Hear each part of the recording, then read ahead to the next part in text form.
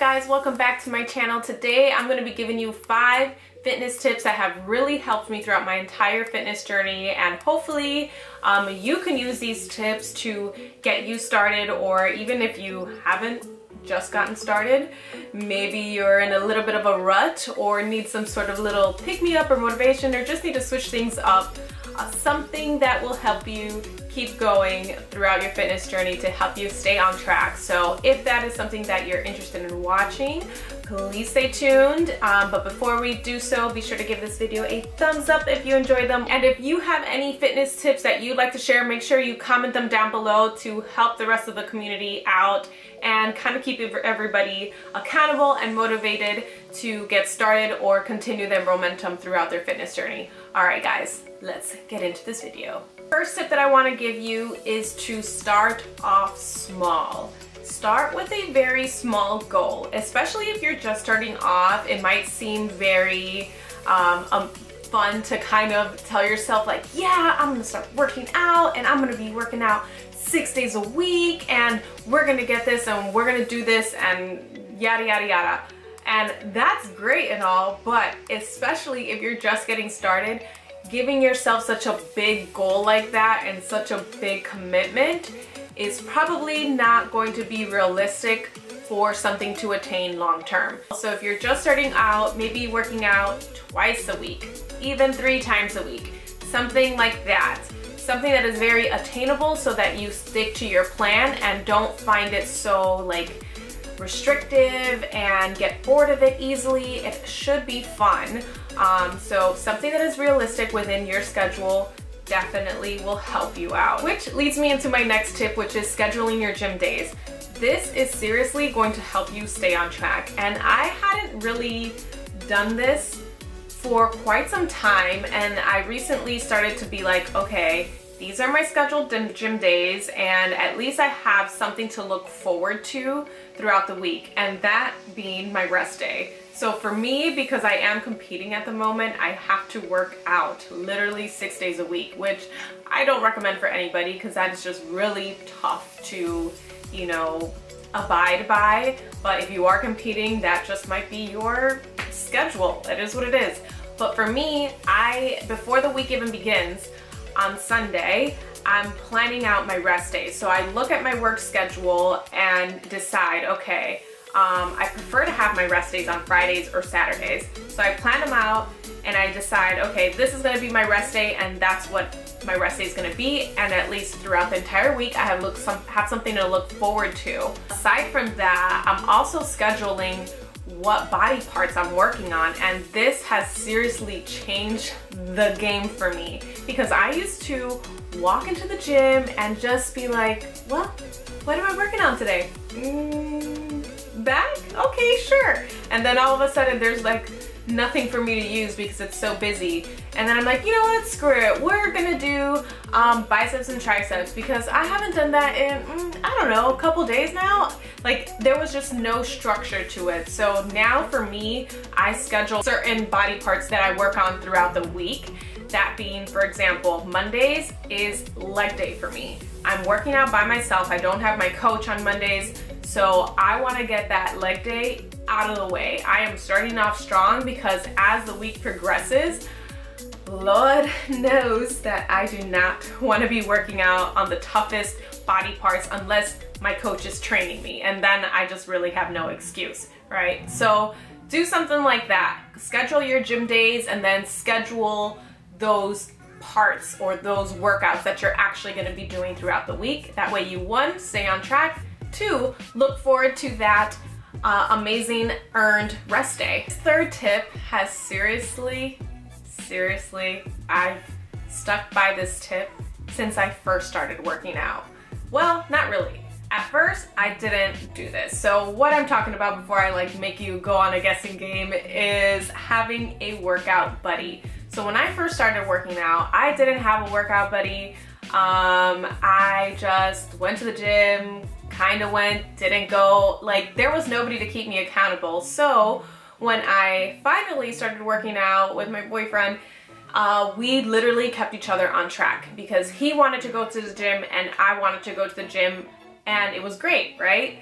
But then there were days where wanted to go to the gym and I didn't want to go to the gym, but it's like I knew that it's like, oh crap, he's going, so I should really go, or the roles would be reversed where I really wanted to go and he didn't want to go, and we would just motivate each other to get our butts in the gym, and we would literally be hardcore in that gym at least 5 days a week, which was amazing, and I had so much fun doing it that way. And another good thing about having a workout buddy is that you have zero room to slack off. And that is the best part, because you have somebody that's like doing reps with you, doing sets with you, moving up in weight, and it's so freaking motivating to be like, oh my god, like you're moving up, like I need to like get there so that I can move up with you. So just having that workout buddy is seriously the best thing in the world. And make sure that you find yourself a workout buddy who is passionate about actually working out, and you communicate what your goals are to each other, so you're not just like picking a random friend to go to the gym and then they're like, you know, not going whenever you tell them let's go to the gym. So just make sure you have an accountable workout buddy, and it might be tough to find one at first, but don't be afraid to, you know, say hi to the girl next to you that has been working out really hard and like you're admiring her because she looks bomb.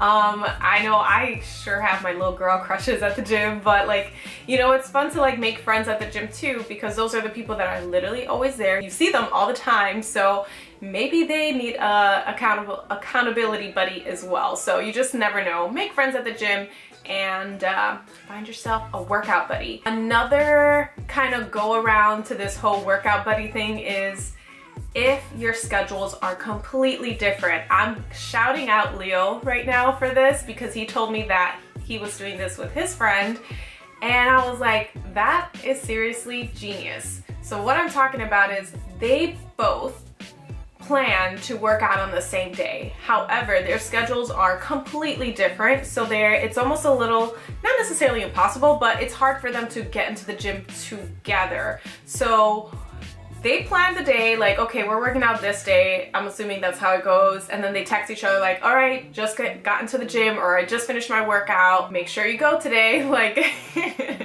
so one friend already got their workout done. That other friend better make sure to get that workout in as well, because you both committed to getting that workout in. So that is another way to stay on track. And if you guys need somebody to help you stay accountable, please reach out to me. I will help you stay on track. And seriously, you can find my contact information and Instagram and all that down in the description. I always put that stuff in there for you.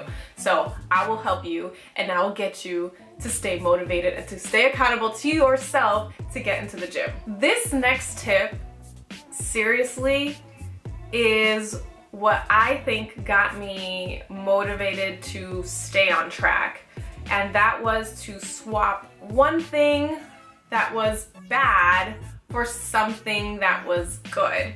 So let me just explain myself. So when I first started working out, you know, I had my gym buddy and it was great, and we were working out and we were doing everything we were supposed to do, but there came a point where it was just like, I don't see any results. What the heck is going on?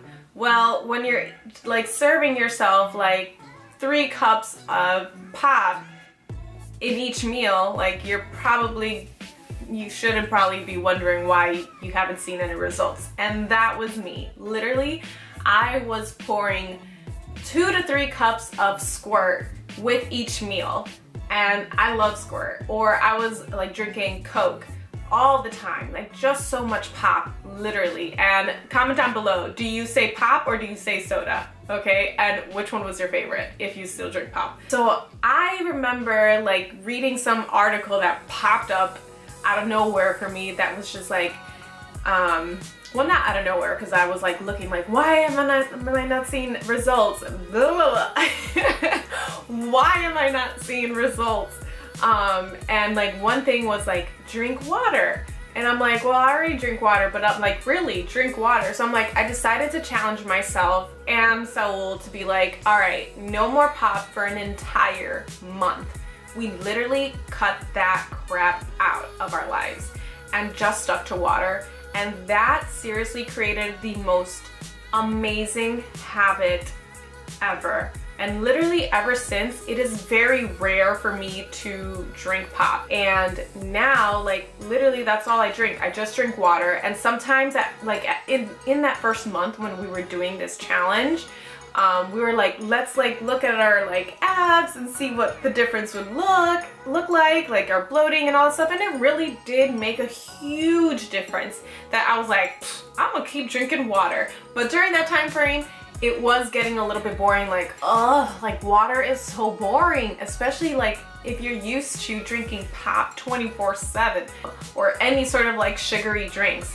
I started like infusing my water with lemons, and that seriously was amazing. When I would go to restaurants, I would ask for a lemon, squirt it into my water, and drink it. Not adding any sugar, just lemon.